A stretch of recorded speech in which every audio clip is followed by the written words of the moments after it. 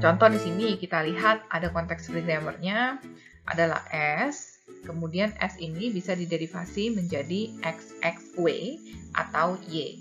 W ini bisa diderivasi menjadi SZ.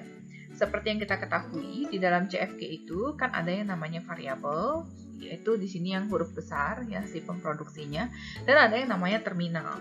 Terminal simbol itu yang biasa kita buat dalam penulisannya huruf kecil, seperti di sini ada X, ada Y, sama ada Z. Nah, contoh input string kita itu adalah yang ini, X, X, X, X, Y, Z, Z.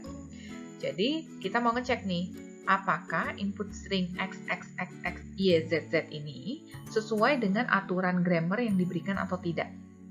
Kalau misalkan pohon sintaksnya itu berhasil dibuat, maka berarti input string ini adalah sudah sesuai dengan CFG yang ada. Tetapi, kalau parser tidak berhasil membuat pohon sintaksnya, maka artinya input string yang ada di sini adalah incorrect atau biasanya yang kita sebut dengan syntax error. Artinya sintaksnya itu tidak sesuai dengan aturan grammar yang sudah ada.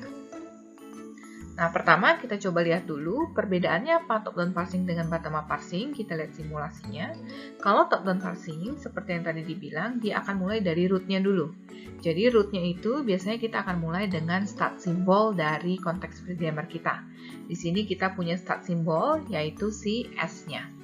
Maka kita mulai dengan S. Kemudian kita lihat S ini ada dua aturan. Ada XXW dan ada Y.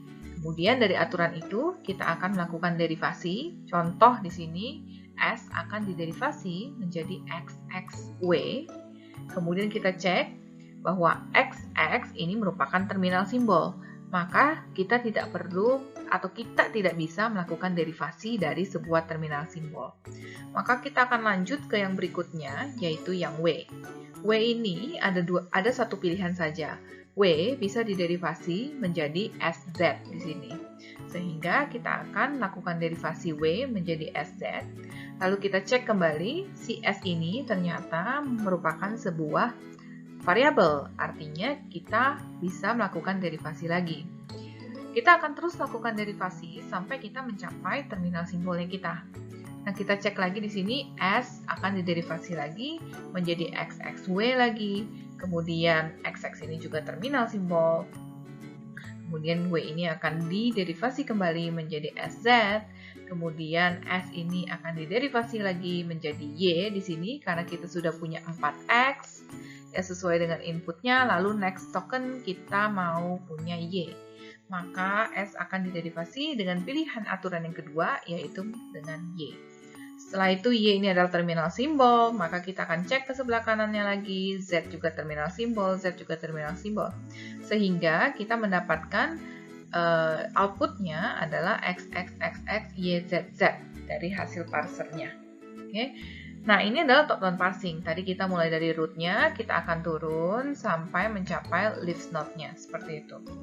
Kebalikannya, kalau bottom-up parsing, kita masih bahas menggunakan konteks free grammar yang sama, inputnya juga masih sama. Nah, gimana kalau bottom-up parsing? Kita itu akan mulai dari input string-nya, dari bawah dulu, dari leaf node-nya. Jadi, anggapannya kita akan punya leaf node-nya X, X, X, X, Y, Z, Z. Kemudian, kita akan mulai melakukan pengecekan dari kanan. Kalau top-down parsing itu kan tadi dari kiri ya, leftmost derivation. Sedangkan bottom-up parsing ini kita akan lakukan kebalikannya dari rightmost derivation-nya itu. Dia akan melakukan bukan derivasi, tapi reduksi namanya. Nah, kita pembacaan dari kanan, Z, dicek apakah Z ini bisa direduksi. Reduksi itu adalah kebalikan dari yang derivasi.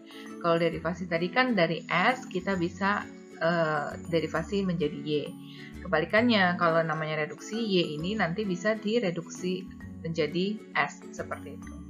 Nah, Z ini ada gak aturannya? Kita lihat di grammarnya saat ini tidak ada Z derivasi, tidak ada Z itu direduksi. Sehingga kita akan lanjut Z lagi yang berikutnya, pembacaan karakter berikutnya, Z juga belum ada, pembacaan Y, kemudian kita tahu Y ini bisa direduksi menjadi S dengan aturan yang kedua ini, ya.